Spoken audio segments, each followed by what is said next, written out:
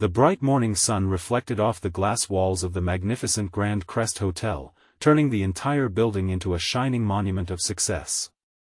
Luxury cars lined the entrance as elegantly dressed guests stepped onto the polished marble walkway, welcomed by smiling employees whose uniforms looked flawless beneath the warm daylight. Everything about the hotel spoke of perfection, wealth, and prestige.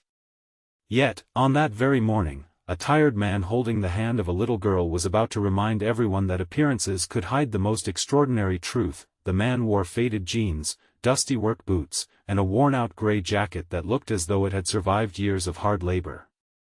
His beard had grown uneven, his hair was messy from traveling, and exhaustion covered his face.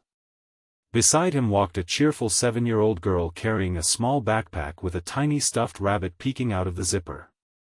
She smiled at every flower near the entrance while her father struggled to hide the fatigue in his eyes. To everyone watching, they looked like ordinary travelers who had somehow wandered into a hotel far beyond their budget. Nobody, not the guests, not the bellhops, and certainly not the front desk staff, could have imagined that the dusty man quietly approaching the entrance was actually the sole owner of the entire hotel. Before we continue, if you believe kindness is more valuable than appearances and that everyone deserves a second chance, please take a moment to like this video, leave a comment, share it with someone you care about, and subscribe to Kindness Hub. Your support helps us share more inspiring stories that remind the world compassion still exists. The father's name was Alaric Rowan, a man whose life had never followed the easy path people assumed wealthy business owners enjoyed. Long before his hotels became successful, he had worked construction sites, cleaned restaurants after midnight, and slept in his old pickup truck while saving every dollar to chase an impossible dream. He knew what poverty looked like because he had lived inside it. Even after building a respected hospitality company, he refused to surround himself with luxury every day. Instead, he often traveled without security, without expensive clothes, and without announcing who he was. He believed the true character of a hotel was revealed only when employees thought nobody important was watching. After the heartbreaking loss of his wife 3 years earlier, Alaric became both father and mother to his daughter, Maren. She became the center of his world, his greatest responsibility and his greatest source of strength. Every business decision he made carried one simple question in his heart. Would this make the world kinder for the little girl who trusted him completely? That question guided every investment, every promotion, and every new hotel that carried his company's name. That particular morning they had driven through the night after visiting one of the company's rural properties. Their original plan had been simple. They would quietly stay one night at Grand Crest before attending an executive meeting the following afternoon. Alaric had deliberately avoided informing management about his arrival. He wanted to experience the hotel exactly as any ordinary guest would. As father and daughter stepped into the magnificent lobby, cool air welcomed them after the summer heat outside. Crystal chandeliers sparkled overhead while soft piano music floated gently through the enormous hall. Fresh flowers decorated every corner, and polished marble reflected the sunlight pouring through enormous windows. Maren looked around with wide eyes filled with innocent excitement. She squeezed her father's hand and whispered that the place looked like a palace. Alaric smiled warmly.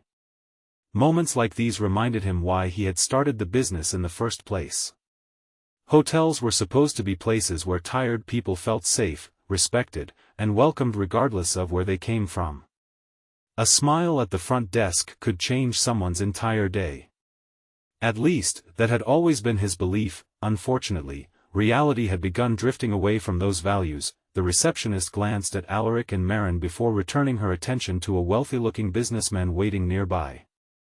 Even though Alaric had approached the counter first, she chose to ignore him. Several uncomfortable minutes passed while other employees exchanged quiet looks and whispered among themselves. Their eyes repeatedly traveled toward Alaric's worn clothing before quickly looking away. When he was finally acknowledged, the receptionist barely forced a smile. She asked whether he had a reservation.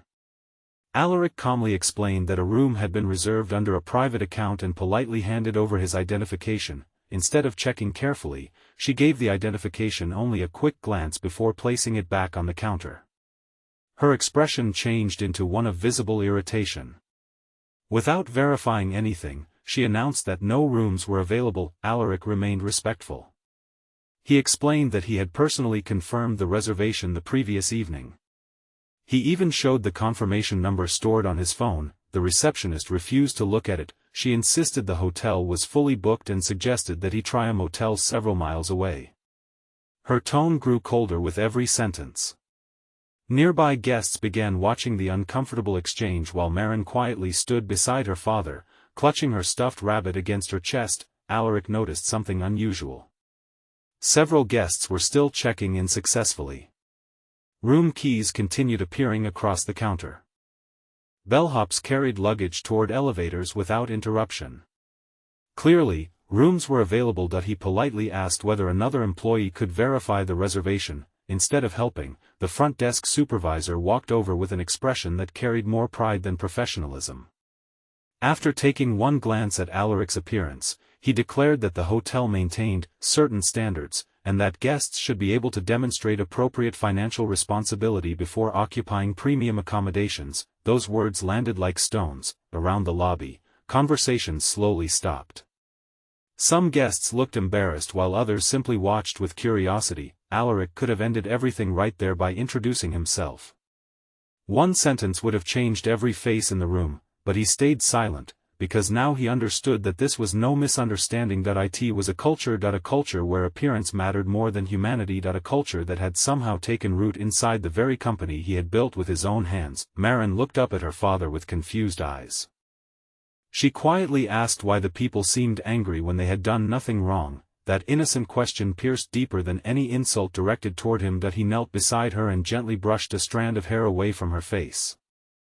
He told her that sometimes people judged others before learning their story, but that kindness should never depend on clothes, money, or status. The little girl nodded thoughtfully, although sadness slowly replaced the excitement she had carried into the lobby only moments earlier. Alaric stood again. Instead of raising his voice, he calmly reached into his pocket and removed a simple silver access card bearing the company's executive seal. The supervisor frowned in confusion. The receptionist stared without understanding. Then Alaric quietly placed the card on the marble counter. For several long seconds, nobody moved. One security manager walking through the lobby noticed the card from a distance. His face instantly lost all color. He hurried toward the desk, picked up the card with trembling hands, examined it carefully, and then looked directly at Alaric. Recognition filled his eyes. Without hesitation, he straightened his posture and respectfully greeted the man standing before him. The entire lobby fell into complete silence. Guests stopped walking, employees froze where they stood,